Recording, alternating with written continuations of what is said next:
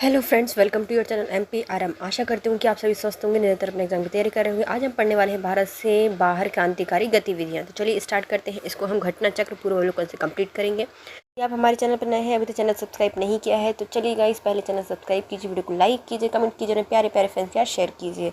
फरवरी 1905 में लंदन में श्यामजी कृष्ण वर्मा ने भारत के लिए स्वशासन की प्राप्ति के उद्देश्य से Indian home rule league society की स्थापना की थी।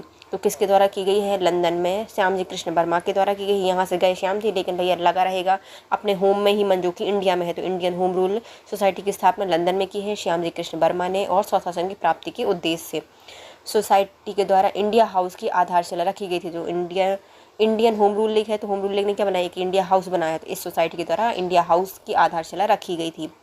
श्री कृष्ण वर्मा जी के द्वारा द इंडियन सोशलिस्ट नामक पत्र के प्रकाशन के साथ ब्रिटेन में भारतीय राष्ट्रीय क्रांतिकारी आंदोलन की नींव पड़ी थी। तो इनके द्वारा एक समाचार पत्र भी निकाला गया था जिसका नाम था the Indian sociologist.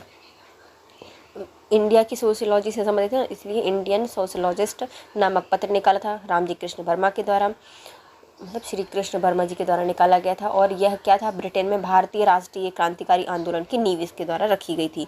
Gadar party की स्थापना 21 फरवरी 1913 को पराधीन भारत को अंग्रेजों से स्वतंत्र कराने के उद्देश्य से की गई थी। तो गदर मचा दी गदर पार्टी ने कब? 21 अप्रैल 1913 को पराधीन भारत की स्वतंत्रता के लिए अंग्रेजों के देश में स्टार्ट किया गया था इसको। इसे अमेरिका और कनाडा में बसे भारतीयों द्वारा गठित किया गया था। जो अमेरिका और जो कनाडा है, वहाँ पर जो भारतीय रहते थे उनके द्वारा गदर पार्टी की स्थापना की गई थी। पार्टी का मुख्यालय सैन फ्रांसिस्को अमेरिका में स्थित था। तो भैया एकदम सन के जैसे चमक रहा था। तो सैन फ्रांसिस्को में जो गदर पार्टी है इसका मुख्यालय बनाया गया था।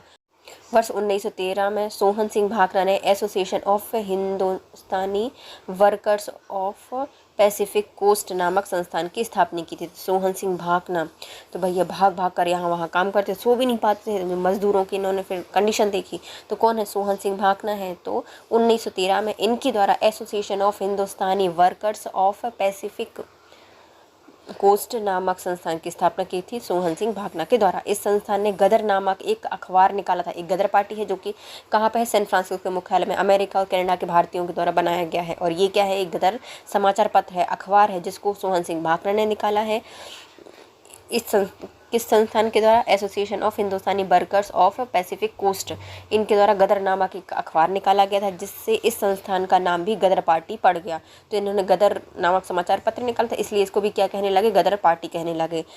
लाला हरदयाल इस संस्थान में मनीषी पथ प्रदर्शक रहे हैं। तो जो हमारे लाला हरदयाल हैं, लाला थे हरदयाल, यह संस्था के मनीषी पथ प्रदर्शक रहे हैं। गदर पार्टी के सदस्यों में रामचंद्र, जो गदर पार्टी है, गदर मचा दी राम जी ने वहाँ पे जाकर, तो रामचंद्र, वर्कतुल्ला, रास बिहारी बोस, राजा महेंद्र प्रताप, अब्दुल रहमान, मैडम भीकाजी कामा, भाई परमानंद, करताल सिंह सराभा, पंडित काशीराम प्रमुख थे। तो इन जो गदर पार्टी है इसके प्रमुख सदस्य में आते हैं रामचंद्र, वर्कतुल्ला, रास बिहारी बोस, राजा महेंद्र प्रताप, अब्दुल रहमान, मैडम भीकाजी कामा, भाई परमानंद, करतार सिंह सराभा और पंडित काशीराम प्रमुख थे।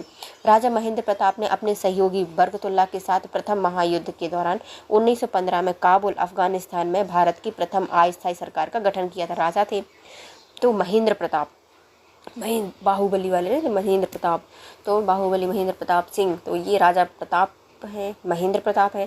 तो इन्होंने अपने सहयोगी वर्कतुल्ला के साथ मिलकर, जो वर्कतुल्ला यूनिवर्सिटी है ना हमारे भोपाल में, उसी के जो है ना, तो वर्कतुल्ला के साथ मिलकर इन्होंने क्या किया? अफगानिस्तान, काबुल पर अधिकार कर लिया और वहाँ पर एक अस्थायी सरकार बनाई, जो कि पहली अस्थायी सरकार थी भारत की, और 1915 में इसको स्थापित किया गया था। इसमें राजा महेंद्र प्रताप स्वयं राष्ट्रपति और वर्कतुल्ला प्रधानमंत्री थे। तो इसमें जो राष्ट्रपति थे वो कौन थे? महेंद्र प्रताप सिंह थे काबुल में, और इनके प्रधानमंत्री बनाए गए थे वर्कतुल्ला जी को। मैडम जी भीकाजी कामा का जन्म 24 सितंबर 1861 में हुआ था। भीकाजी कामा कब हुई हैं? 24 सितंबर 1861 में हुआ है। इनके माता पिता फारसी थे। सरावजी फामजी पटेल इनके पिता थे। तो सोरावजी सारे काम करते थे, 100 काम करते थे। सोरावजी फामजी पटेल भीकाजी कामा जी के पिताजी थे, तथा जीजीबाई सोराबजी पटेल इनकी माता थी। जीजीबाई सोराबजी पटेल भीकाजी कामा जी की माता जी थी। इनका विवाह रुस्तम KR कामा से हुआ था, इसलिए इनका नाम क्या हो गया था, भिकाजी कामा हो गया था। रुस्तम KR कामा जी से इनका विवाह हुआ था, जो कि वकील और सामाजिक कार्यकर्ता थे। मैडम भिकाजी कामा ने राष्ट्रीय आंदोलन में महान अग्रणी भारतीय नेता दादा भाई नौरोजी के निजी सचिव के रूप में सेवा दी है। तो जो हमारे भिकाजी कामा हैं, इन्होंने राष्ट्रीय आंदोलन में जो हमारे दादा भाई नौरोजी हैं उनके निजी सचिव के रूप में काम किया है। भिकाजी कामा क्रांतिकारी राष्ट्रवाद की समर्थक थी। तो जो भिकाजी कामा हैं, भिकाजी रुस्तम कामा, यह क्रांतिकारी राष्ट्रवाद की समर्थक थी। इन्होंने यूरोप अमेरिका से क्रांति का संचालन किया था। तो इन्होंने यूरोप और जो अमेरिका है वहाँ से क्रांति का संचालन किया था। 1907 में इन्होंने स्टुटगार्ट जर्मनी की अंतर्राष्ट्रीय समाजवादी कांग्रेस में भाग लिया था। तो ये 1907 में जो स्टुटगार्ट जर्मनी है वहाँ पर अंतर्राष्ट्रीय समाजवादी कांग्रेस में भाग लिया था, जहां इन्होंने प्रथम भारतीय झंडे को फहराया। तो सबसे पहले भारतीय झंडे को कहाँ फहराया गया था, 1907 में स्टुटगार्ट जर्मनी में अंतर्राष्ट्रीय समाजवादी कांग्रेस में भिकाजी कामा के द्वारा प्रथम भारतीय झंडे को फहराया गया था। इसकी डिज़ाइन इन्होंने स्वयं BD सावरकर और श्यामजी कृष्ण वर्मा के साथ मिलकर संयुक्त रूप से तैयार की थी। तो भिकाजी कामा ने इसकी जो डिज़ाइन है झंडे की, वह BD सावरकर और श्यामजी कृष्ण वर्मा के साथ मिलकर संयुक्त रूप से तैयार की थी। यह भारतीय क्रांति की माँ के रूप में विख्यात हुई थी। भिकाजी कामा ने पहली बार झंडा फहराया है, इसलिए इनको भारतीय क्रांति की माँ कहा जाता है। इंग्लैंड में अंग्रेज अधिकारियों की हत्या के आरोप में मदन लाल ढींगरा और ऊधम सिंह को फांसी की सजा हुई थी। तो इंग्लैंड में अंग्रेजों अधिकारी की हत्या के आरोप में मदन लाल ढींगरा और ऊधम सिंह को फांसी दी गई थी। तो ऊधम सिंह ने किन को जो ओडायर था ना, जिसने जलियांवाला बाग हत्याकांड में बंदूक चलाने का आदेश दिया था, उनको मारा था ऊधम सिंह ने, और मदन लाल ढींगरा के द्वारा एक अंग्रेजी गवर्नर या अधिकारी को मारा गया था। ध्यान तलब है कि मदन लाल ढींगरा 1 जुलाई 1909 को लंदन में भारतीय राष्ट्रीय संघ की बैठक में भारत राज्य सचिव के सलाहकार कर्जन वायली और डॉक्टर कवास ललक्का को गोली से भून दिया था। तो किनके द्वारा मारा गया है, भीमला जो मदन लाल ढींगरा हैं, इनके द्वारा 1 जुलाई 1909 को लंदन में भारतीय राष्ट्रीय संघ की बैठक में वहाँ पर सचिव के जो सलाहकार थे, राज्य सचिव थे कर्जन वायली, उनकी हत्या कर दी थी, और कवास ललक्का जी उनको गोली से भून दिया था तथा उन्हें फांसी की सज़ा सुनाई गई थी मदन लाल ढींगरा जी को। फिर आते हैं ऊधम सिंह। इन्होंने जलियांवाला बाग से हत्या के अप्रत्यक्ष रूप से जिम्मेदार तत्कालीन पंजाब के लेफ्टिनेंट गवर्नर माइकल ओडायर की लंदन में मार्च 1940 को हत्या कर दी थी। तो ऊधम सिंह के द्वारा जलियांवाला बाग हत्याकांड में जो अप्रत्यक्ष रूप से जिम्मेदार थे पंजाब के लेफ्टिनेंट गवर्नर माइकल ओडायर, इनकी लंदन में मार्च 1940 को हत्या कर दी थी। नेक्स्ट आता है कामागाटो मारू। हांगकांग में कनाडा की यात्रा पर निकलने वाला एक जलपोत था। तो कामागाटो मारू क्या है, यह हांगकांग में कनाडा की यात्रा पर निकला एक जलपोत था। इसे प्रथम विश्व युद्ध के दौरान भारत के गुरदीत सिंह ने किराए पर लेकर उस पर 376 यात्रियों को बिठाकर कनाडा के बंदरगाह वैंकूवर की ओर प्रस्थान किया था। तो ये क्या है, कामागाटो मारू एक जलपोत है जो कि हांगकांग से कनाडा की यात्रा पर किया था। पहले विश्व युद्ध के दौरान जो भारत के गुरदीत सिंह हैं, इनके द्वारा इस जहाज को किराए पर लिया गया और 376 यात्रियों को इसमें बिठाकर कनाडा के बंदरगाह वैंकूवर की ओर प्रस्थान किया था। तट पर पहुंचने के बाद ही कनाडाई सरकार ने या पुलिस ने भारतीय यात्रियों की घेराबंदी कर दी और उन्हें देश में प्रवेश देने से रोक दिया। जैसे ही वैंकूवर के बंदरगाह में पहुंचे, वहां की पुलिस आई और इनको वहां पर रोक लिया, घेराबंदी कर दी और प्रवेश करने से मना कर दिया कि लेके जाओ अपना जहाज। यात्रियों के अधिकार की लड़ाई लड़ने हेतु हुसैन रहीम, बलवंत सिंह और सोहन लाल पाठक की अगुवाई में शोर कमेटी जो कि तटीय समिति की गठन किया गया था। जो इनने जो घेराबंदी की थी, इसमें कुछ लोग मारे भी गए थे जब भारत आए थे। तो इसके लिए इनकी अधिकारों की लड़ाई लड़ने के लिए हुसैन रहीम, इन पर रहम खां हो तो रहीम, बलवंत सिंह तो बल से हो गए लाल, तो रहम खां और बल से हो गए लाल। तो किन के द्वारा, हुसैन रहीम, बलवंत सिंह और सोहन लाल पाठक की अगुवाई में एक शोर कमेटी बनाई गई थी, क्योंकि जहाज आया तो शोर करते करते आ रहा था, तो शोर कमेटी बनाई गई थी इसके लिए। अमेरिका में रह रहे भारतीय भगवान सिंह, बरकतुल्ला रामचंद्र और सोहन सिंह ने भी यात्रियों के समर्थन में आंदोलन चलाए थे। तो भारत से बनाई गई थी शोर कमेटी, जिसमें प्रमुख कौन थे, हुसैन रहीम, बलवंत सिंह और सोहन लाल थे। और जो अमेरिका है वहाँ से भारतीयों में आते हैं हमारे भगवान सिंह, वहाँ पे भगवान थे, बरकतुल्ला वर्क कर रहे थे अपना, रामचंद्र और सोहन सिंह ने यात्रियों के समर्थन में आंदोलन चलाए थे। भगवान सिंह, बरकतुल्ला, रामचंद्र और सोहन सिंह भाकना के द्वारा अमेरिका में आंदोलन चलाए गए थे। कामागाटो मारू जहाज के बजबर कलकत्ता पहुँचने पर क्रूर यात्रियों और पुलिस ने में संघर्ष हो गया था। जैसे कामागाटो मारू वहाँ पे वैंकूवर पहुँचा, वहाँ से लौटा दिया, तो ये कहाँ पर आया, हमारे कलकत्ता की बजबज बंदरगाह पे पहुँचा। यहाँ पर पुलिस और यात्रियों के बीच में क्या हो गया, संघर्ष स्टार्ट हो गया। इसमें 18 यात्री मारे गए थे और 202 यात्रियों को जेल में डाल दिया गया था। रास बिहारी बोस जापान में रह रहे भारतीय आप्रवासी थे। तो ये कौन थे, कामागाटो मारू कहाँ पे आया, बजबज में आया। यहाँ पे पुलिस से संघर्ष हुआ, 18 लोगों की मृत्यु हो गई और 202 यात्रियों को पकड़ के जेल में बंद कर दिया गया। अब आते हैं रास बिहारी बोस। यह जापान में रह रहे एक भारतीय आप्रवासी थे। 18 से 30 मार्च 1942 को राजनीतिक समस्याओं पर विचार विमर्श हेतु इन्हें टोक्यो में भारतीयों का एक सम्मेलन आयोजित किया था। किनके द्वारा किया गया था, रास बिहारी बोस। भारत रास नहीं आया जो चलेगा जापान। यह भारतीय आप्रवासी थे। वहाँ पर इन्होंने 28 से 23 मार्च 1942 को राजनीतिक समस्याओं पर विचार विमर्श करने के लिए टोक्यो में एक भारतीय सम्मेलन का आयोजन किया। 14 से 23 जून 1942 को बैंकॉक सम्मेलन में इनको विधिवत रूप से प्रदान कर दिया गया। जो उनका सम्मेलन था इसको विधिवत रूप से कब प्रदान किया गया है, 14 से 23 जून 1942 को बैंकॉक में। एवं सुभाष चंद्र बोस को इसमें निमंत्रित किया गया था। इस सम्मेलन में रास बिहारी बोस ने इंडियन इंडिपेंडेंस लीग की स्थापना की थी। तो इसमें 42 में बैंकॉक में रास बिहारी बोस के द्वारा सुभाष चंद्र बोस को इसमें आमंत्रित किया गया और इसी सम्मेलन में रास बिहारी बोस के द्वारा इंडियन इंडिपेंडेंस लीग की स्थापना कर दी गई। अब आते हैं हमारे इससे रिलेटेड प्रश्नोत्तर। पहले आता है लंदन में इंडियन होम रूल सोसाइटी की स्थापना किसने की थी। तो लंदन में होम रूल सोसाइटी की स्थापना की थी श्यामजी कृष्ण वर्मा के द्वारा। फरवरी 1905 में लंदन में श्यामजी कृष्ण वर्मा के द्वारा इंडियन होम रूल सोसाइटी की स्थापना की गई। इन्होंने ही इंडिया हाउस की भी स्थापना की थी। यहाँ से एक समाचार पत्र द इंडियन सोशियोलॉजिस्ट का प्रकाशन भी होता था। लंदन में सरकारी तंत्र के विशेष सक्रिय होने के कारण श्यामजी वहाँ से पेरिस और अंततः जिनेवा चले गए थे। श्यामजी कृष्ण वर्मा ने इंडियन होम रूल सोसाइटी की स्थापना कहाँ पे की थी, तो ये की गई थी लंदन में। इंडियन होम रूल सोसाइटी की स्थापना 1905 में की गई थी लंदन में श्यामजी कृष्ण वर्मा के द्वारा। लंदन में इंडिया हाउस की स्थापना श्यामजी कृष्ण वर्मा के द्वारा की गई थी 1905 में। लंदन में इंडिया हाउस किसके द्वारा बनाया गया था, तो इंडिया हाउस की स्थापना भी की गई थी श्यामजी कृष्ण वर्मा के द्वारा। वह कौन था जिसने गदर पार्टी को स्थापित किया था, तो गदर पार्टी स्थापित की गई है लाला हरदयाल के द्वारा। लाला हरदयाल के द्वारा 1913 में सोहन सिंह भाखड़ा ने association of Hindustani workers of Pacific coast और Hindustan association of the Pacific coast नामक संस्थान की स्थापना की। इस संस्थान ने गदर नामक अखबार पत्र निकाला, इसलिए इस संस्थान का नाम भी गदर पार्टी पड़ गया। लाला हरदयाल इस संस्थान के मनीषी पथ प्रदर्शक रहे हैं। चूंकि सोहन सिंह भाखड़ा इसमें ऑप्शन नहीं है, इसलिए हम क्या लगाएंगे, लाला हरदयाल लगाएंगे। निम्नलिखित में से किसने गदर पार्टी की स्थापना की है, गठन किया है, तो गदर पार्टी की ये है लाला हरदयाल। गदर पार्टी की स्थापना कब की गई है, 1913 में की गई है गदर पार्टी की स्थापना। गदर पार्टी के नेता कौन थे, तो लाला हरदयाल, सोहन सिंह भाखड़ा इसके प्रमुख नेता थे। निम्नलिखित में कौन गदर पार्टी की पहली सभापति बने थे, तो गदर पार्टी के पहले सभापति बने थे सोहन सिंह भाखड़ा।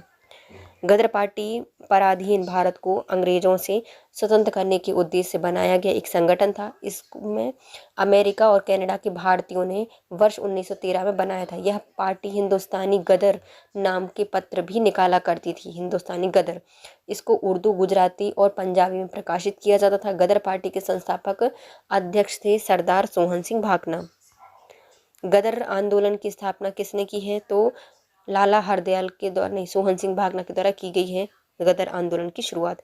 गदर पार्टी से निम्नलिखित में कौन संबंधित नहीं है, तो लाला हरदयाल, बरकतुल्ला और रामचंद्र जी हैं, लेकिन खुदीराम बोस नहीं हैं। गदर पार्टी की स्थापना 21 अप्रैल 1913 को पराधीन भारत को अंग्रेजों से स्वतंत्र करने के उद्देश्य से की गई थी। इसे अमेरिका और कनाडा में बसे भारतीयों द्वारा गठित किया गया था। पार्टी का उद्देश्य, जो मुख्यालय है, मुख्य मुख्यालय वह सैन फ्रांसिस्को अमेरिका में स्थित है। लाला हरदयाल इस संस्थान के मनीषी पथ प्रदर्शक रहे हैं। गदर पार्टी में रामचंद्र, बरकतुल्ला, रास बिहारी बोस, राजा महेंद्र प्रताप, अब्दुल रहमान, मैडम भीकाजी कामा, भाई परमानंद, करतार सिंह सराभा और पंडित काशीराम प्रमुख थे। तो इसमें कौन कौन थे गदर पार्टी में, रामचंद्र, बरकतुल्ला, रास बिहारी बोस, राजा महेंद्र प्रताप, अब्दुल रहमान, मैडम भीकाजी कामा, भाई परमानंद, करतार सिंह सराभा, पंडित काशीराम प्रमुख थे। जबकि 30 अप्रैल 1908 को बिहार के मुजफ्फरपुर में खुदीराम बोस और प्रफुल्ल चाकी ने किंग्सफोर्ड पर बम फेंका था, परंतु दुर्भाग्य से राष्ट्रीय आंदोलन से हमदर्दी रखने वाले मिस्टर कैनेडी की पत्नी और उनकी पुत्री मारी गई। इस घटना के बाद प्रफुल्ल चाकी ने आत्महत्या कर ली और खुदीराम बोस को 11 अगस्त 1908 को फांसी दे दी गई। फांसी के समय खुदीराम बोस की आयु 18 वर्ष 8 माह और 8 दिन थी और खुदीराम बोस गदर पार्टी से संबंधित नहीं है। गदर पार्टी की स्थापना कहाँ पे हुई थी? तो गदर पार्टी की स्थापना संयुक्त राज्य अमेरिका में की गई थी। निम्नलिखित में से किस देश में गदर पार्टी की स्थापना हुई थी? तो अमेरिका में, यूएसए सैन फ्रांसिस्को में इसका मुख्यालय है था। गदर क्या है? तो गदर एक क्रांतिकारी संगठन था जिसके प्रधान कार्यालय सैन फ्रांसिस्को अमेरिका में बनाया गया था। गदर पार्टी का मुख्यालय कहाँ पे था? सैन फ्रांसिस्को में था।